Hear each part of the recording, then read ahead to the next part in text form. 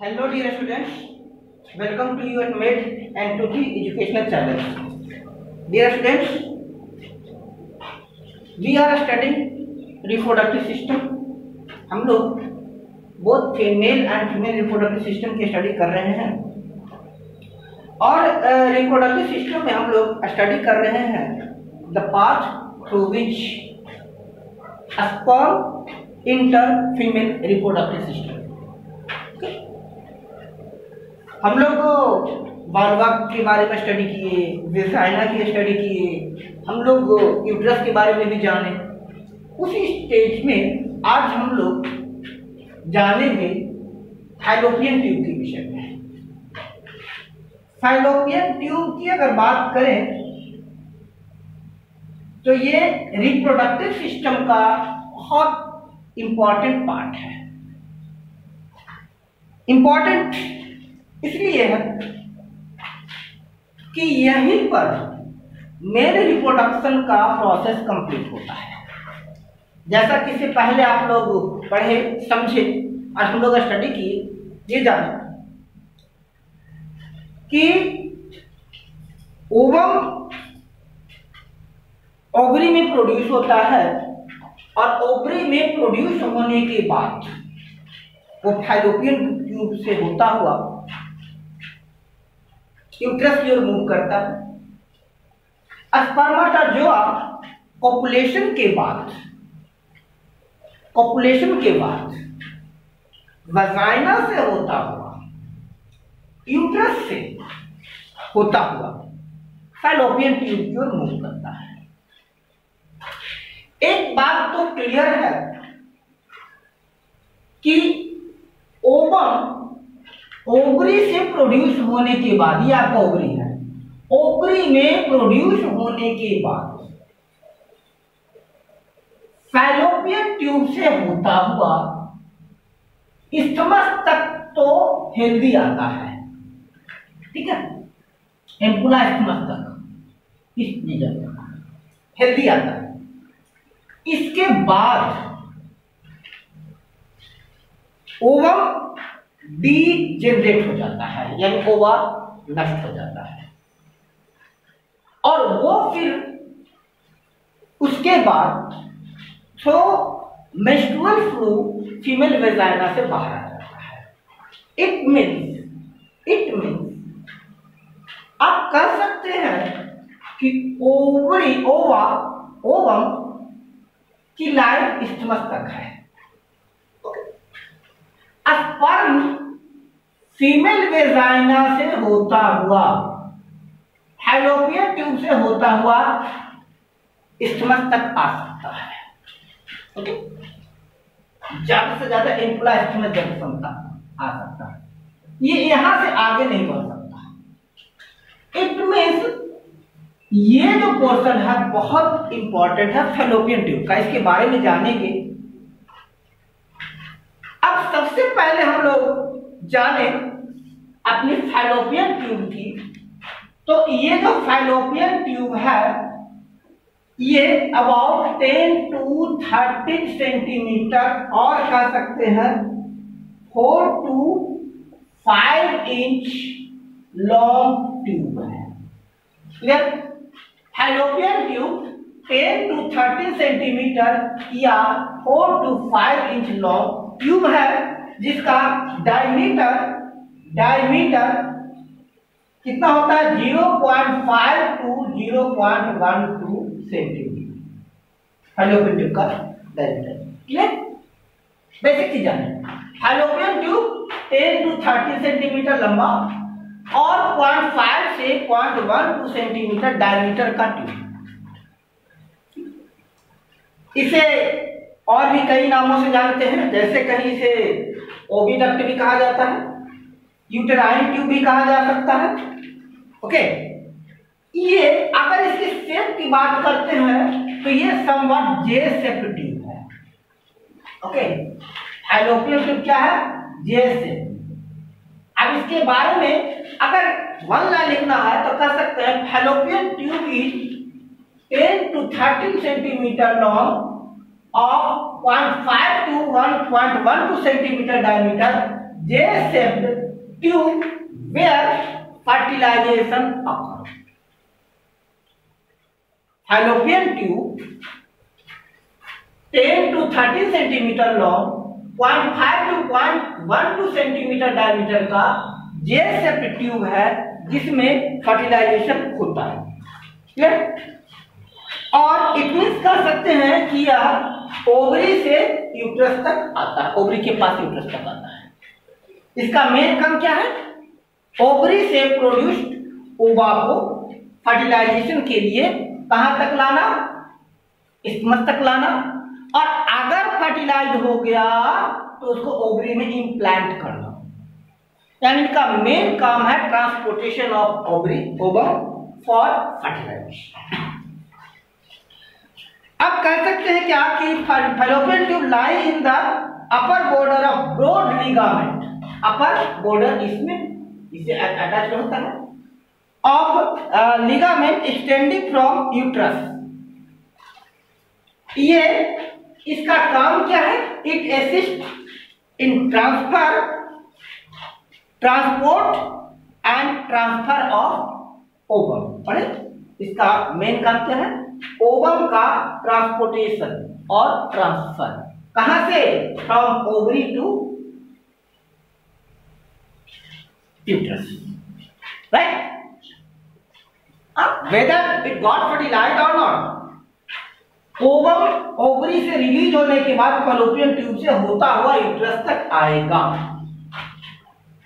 अब ये अलग बात है, उसका फेट क्या होगा, उसका भविष्य क्या होगा।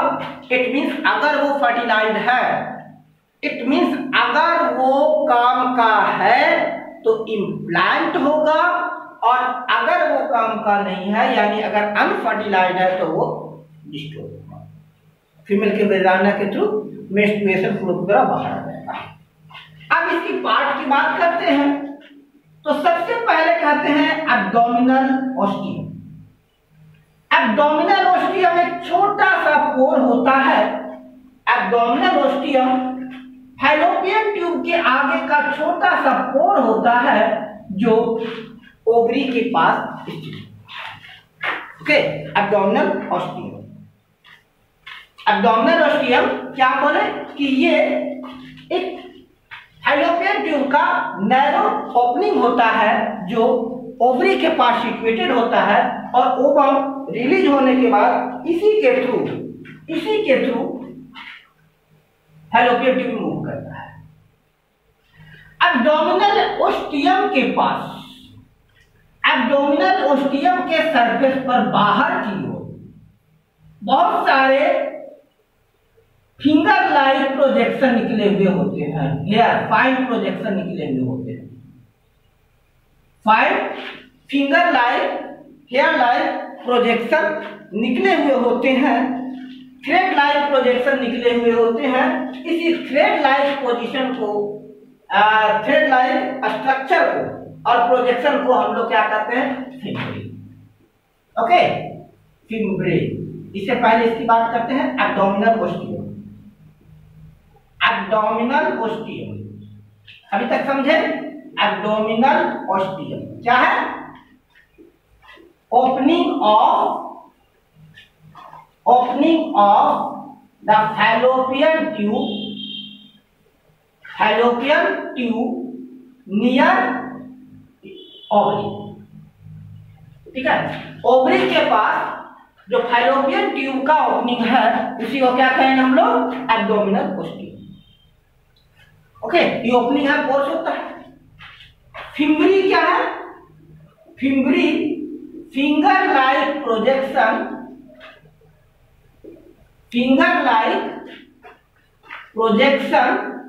अराउंड एब्डोमिनल ओस्टियम, या कह सकते हैं finger like projection present at the ovary end of fallopian tube. Fallopian tube के ओवरी एंड पर जो फिंगर लाइक प्रोजेक्शन पाया जाता है उसे हम लोग क्या कहते हैं? फिम्ब्री। इसकी बात करते हैं कि फिम्ब्री ये एपिथेलियम सेल का बना होता है। एपिथेलियम सेल का that line cavity through body with microscopic hair like structure inside fallopian tube. अब ये इसके अंदर एपिथेलियम सेल होता है और एपिथेलियम सेल क्या होता है, फाइबर लाइक होता है। ये पूरा फैलोपियन ट्यूब में, फैलोपियन ट्यूब की बात करते हैं, एपिथेलियल सेल का बना होता है जिसमें हेयर लाइक स्ट्रक्चर है जो ओवम को गाइड अप करता है। अगर हम फैलोपियन ट्यूब के अंदर की बात करते हैं, इंटरनल स्ट्रक्चर की बात करते हैं, इसके इंटरनल स्ट्रक्चर में फाइब्रस एपिथेलियम सेल पाया जाता है जो क्या करता है, ओवरी को और ओवम को ओवरी से रिलीजन करता, ओवम को वो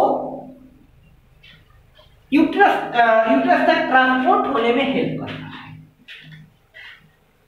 आगे कह रहे हैं क्या कि ओवरी, अगर ओवरी की बात करते, ओवरी है फैलोपियन ट्यूब से डायरेक्टली कनेक्टेड नहीं होता है, ओवरी फैलोपियन ट्यूब से डायरेक्टली कनेक्टेड नहीं होता है, और ये हमेशा जो फिमरी है हमेशा ओवरी के बिल्कुल पास क्लोज नहीं होता, हमेशा इस कंडीशन में नहीं होता है कि इनसे कोई सब्सटेंस रिलीज हो और वो फैलोपियन ट्यूब तक आ जाए। बट जब ओवुलेशन होता है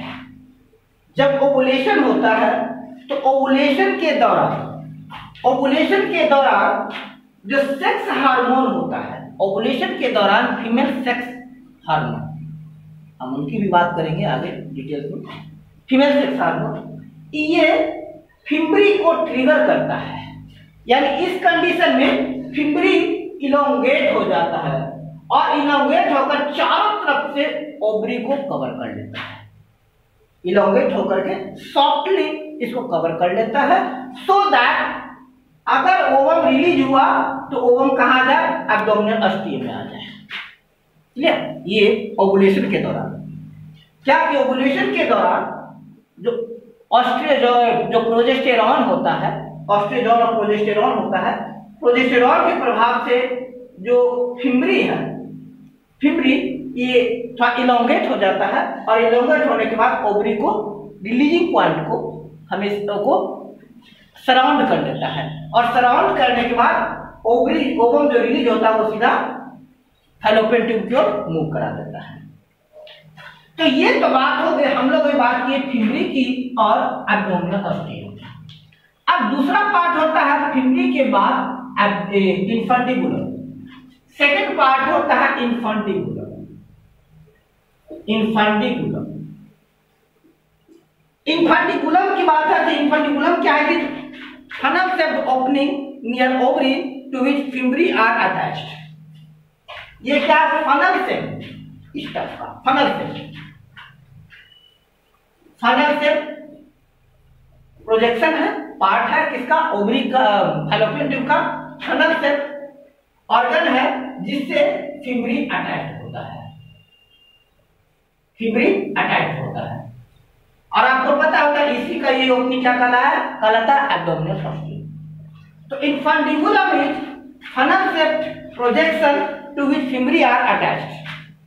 ओवुलेशन के दौरान फिम्बरी क्या करता है, मैंने क्या कहा था, ये इलोंगेट हो जाता है और ये स्ट्रेच हो जाता है, क्लोज हो जाता है, सरफेस के बिल्कुल पास आ जाता है, सो दैट रिलीज हो जाता है। अब इसके बाद इन्फंडिबुलम के बाद आ गया एम्पुला, इसकी बात करते हैं। Ampulla is widest section. Ampulla की जहां तक बात हो रही है, एम्पुला पूरे फैलोपियन ट्यूब का वाइडेस्ट सेक्शन होता है जो साइट ऑफ फर्टिलाइजेशन है। यहाँ इंपॉर्टेंट पॉइंट आया कि साइट ऑफ फर्टिलाइजेशन में जहां फर्टिलाइजेशन होता है, तो साइट ऑफ फर्टिलाइजेशन क्या है, एम्पुला। भाई आप समझे थे कि एम्पुला में ही ये फर्टिलाइज होगा। अगर ये एम्पुला में फर्टिलाइज नहीं हुआ तो ये एम्पुला को क्रॉस कर, जैसे इस्थमस में आ गया, जैसे एम्पुला क्रॉस कर इस्थमस में आ गया, अब इसका फिर क्या हो जाएगा, इसका जो यूट्रस का न्यूट्रिटिव लेयर है वो डीजेनरेट होता जाएगा। ये आगे हम लोग समझेंगे, ठीक है। अब इसके बाद हम बात करेंगे इस्थमस, लास्ट पार्ट इसका है इस्थमस। इस्थमस ये about 2 centimetre long and point 2 a is long tube that connect ampulla and infundibulum to uterus. isthmus क्या है? isthmus लास्ट पार्ट है, ये आपका isthmus का पार्ट हो गया जो एम्पुला और इन्फंडिबुलम को यूट्रस से कनेक्ट करता है। एक बार फिर से इसको हम लोग समझ लेंगे। isthmus क्या है? isthmus फैलोपियन ट्यूब का लास्ट पार्ट है जो एम्पुला और इन्फंडिबुलम को यूट्रस से कनेक्ट करता है। isthmus इसकी बात करते हैं। isthmus थिकर वाल्ड होता है, इसका वाल थिक होता है, इसका वाल थिक, क्योंकि इनका क्या काम है? इनका तो काम है केवल ओवम को कहां यूट्रस में रिमूव करना। इनमें एपिथेलियम टिश्यू पाया जाता है सो दैट आसानी से ओवम आगे की ओर बढ़ सके। बट isthmus की जहां तक बात, चूंकि isthmus में यहां तक अनफर्टिलाइज्ड ओवा आता है, एम्पुला में वो फर्टिलाइज होता है, उसके बाद isthmus में फर्टिलाइज्ड ओवा आता है। इसलिए यह इंपॉर्टेंट है कि isthmus में कुछ ऐसे स्ट्रक्चर पाए जाए, ऐसे सब्सटेंस पाए जाए जो फर्टिलाइजेशन के बाद उनको सरवाइव होने में हेल्प करे या फिर अनफर्टिलाइज्ड ओवा को डीजेनरेट कर सके, डिस्ट्रॉय कर सके। तो इनका जो isthmus होता है इसमें फोल्डेड म्यूकोसा पाया जाता है। isthmus में फोल्डेड म्यूकोसा पाया जाता है जिनमें न्यूट्रिएंट रिजर्वायर होता है, न्यूट्रिएंट रहता है। अब एक यहां पर क्वेश्चन आपके लिए बन जाता है कि पूरे फैलोपियन ट्यूब के किस पार्ट में न्यूट्रिएंट्स पाया जाता है? तो वो कौन सा पार्ट हो गया? isthmus। isthmus में न्यूट्रिएंट्स पाया जाता है। फैलोपियन ट्यूब का कौन सा पार्ट, फैलोपियन ट्यूब का कौन सा पार्ट फीमेल ट्रैक्ट में स्पर्म रिजर्वायर का काम करता है? वो कौन सा? isthmus reservoir. यहाँ आकर स्पर्म आता है ना, तो यहाँ रिजर्वायर होता है, यहाँ स्पर्म स्टे करता है। कितना देर स्टे करता है? अबाउट 24 to 48 आवर तक, 28 to 48 आवर तक आगे की ओर बढ़ता है। और अगर ये फर्टिलाइज हो गया तो उसके बाद ये उसको न्यूट्रिएंट भी प्रोवाइड कराता है। क्लियर? ये तो क्लियर हो गया इसके बारे में। अब थोड़ा सा हम लोग समझे कि फैलोपियन ट्यूब का वॉल है, क्या उसका कोई स्पेसिफिक स्ट्रक्चर भी है? फैलोपियन ट्यूब का जो वॉल है क्या है, कैसा है, क्या कुछ स्पेशलाइजेशन है, कुछ अलग है? तो ये फैलोपियन ट्यूब का वॉल लाइक अदर जो हम लोग स्टडी किए, चाहे वो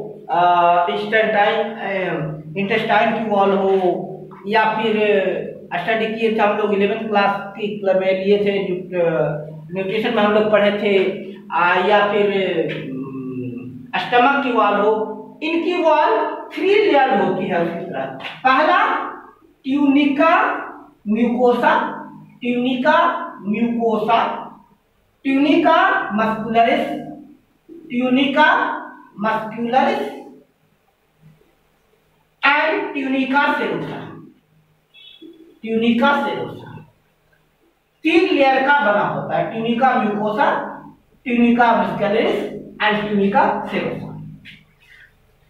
ट्यूनिका म्यूकोसा एपिथेलियम का बना होता है, अंदर का हिस्सा है, अंदर से बाहर की ओर tunica mucosa, tunica muscularis and tunica serosa. Tunica serosa mucosa की बात करते हैं तो इसमें काफी सारे फोल्ड लाइन का स्ट्रक्चर पाए जाते हैं। इस तरह फोल्डेड स्ट्रक्चर इस तरह से लेयर होता है। इन लेयर्स में न्यूट्रिएंट्स होता है और ये इनके जो इनफंडिबुलम और एम्पुला और इनफंडिबुलम, इन दोनों के लेयर में फिंगर लाइक प्रोजेक्शन पाया जाता है, या कह सकते हैं फोल्ड पाया जाता है। इस फोल्ड का मेन फंक्शन क्या है कि ये फोल्ड इनको मोशन प्रोवाइड कराता है सो दैट ओवम आगे की ओर बढ़े, तो इनका ऑटोनोमस मोशन। तो हम लोग अभी फैलोपियन ट्यूब की एनाटॉमिकल स्ट्रक्चर की स्टडी किए। हम लोग अब रिप्रोडक्टिव सिस्टम की सारे ऑर्गन्स हैं कंसर्न ऑर्गन की एनाटॉमिकल स्टडी कर चुके हैं। अब हम लोग इनकी जो प्रोसेसेस होती हैं रिप्रोडक्शन के दौरान कौन कौन सी प्रोसेसेस होती हैं, जैसे ओवुलेशन क्यों कब होता है, ओवुलेशन के दौरान क्या चेंज होता है, फर्टिलाइजेशन क्या होता है, oogenesis क्या है, स्पर्मेटोजेनेसिस क्या है, अब हम प्रोसेसेस में आएंगे। तो आगे से जो वीडियो है उसको थोड़ा और ज्यादा कंसंट्रेट होकर देखिएगा, क्योंकि इसमें हम लोग उनका एनाटॉमिकल व्यू लिए थे, अब फिजियोलॉजिकल व्यू लेंगे, क्योंकि इन्हीं सारे ऑर्गन्स में प्रोसेसेस चलती है। और जैसा कि आपको पता है रिप्रोडक्शन की, अगर मेल रिप्रोडक्शन की बात करते हैं तो मेल रिप्रोडक्शन में मेन प्रोसेस किसमें चलता है, टेस्टिस में। ठीक है, टेस्टिस में यहाँ क्या होता है, स्पर्मेटोजेनेसिस। स्पर्मेटोजेनेसिस कल हम इसको डिस्कस करेंगे, स्पर्मेटोजेनेसिस। और होता है ओवरी, इसमें क्या है, oogenesis, इसकी भी हम लोग बात करेंगे। उसके बाद आपका क्या हो गया, टेम्पुला। टेम्पुला में क्या होता है, फर्टिलाइजेशन। फर्टिलाइजेशन और उसके बाद होता है आपको यूट्रस। इसमें क्या होता है, मॉडिफिकेशन, है ना, यानी इसमें मैच्योरेशन। इसमें क्या होता है, फर्टिलाइज ओवा, इसमें कन्वर्ट होता है, बेबी में कन्वर्ट होता है। तो ये ज्यादा इंपॉर्टेंट, इनमें क्या क्या से कैसे प्रोसेस होता है इसके बारे में हम लोग समझने का प्रयास करेंगे। So thanks for watching my video. I hope this video would give you a lot of information, and best of luck to all those students who are about to write for NEET 2020. Have patience और हमारे videos को देखिए। And I think अभी तक जो मैंने भी lecture upload किया उन सारे लेक्चर में से 5 to 6 क्वेश्चन मोस्ट प्रोबेबल आएंगे। 5 to 6 क्वेश्चन की प्रोबेबिलिटी बन रही है, चाहे वो मेरा सेल का वीडियो हो, या फिर आपको रेस्पिरेशन का वीडियो हो, या फिर आपको इसमें चले जाए रिप्रोडक्शन का वीडियोज हो, और भी जो वीडियोज हैं इनमें क्वेश्चन आएंगे। So enjoy watching my video, have a lot of knowledge and best of luck for your bright future. Thank you.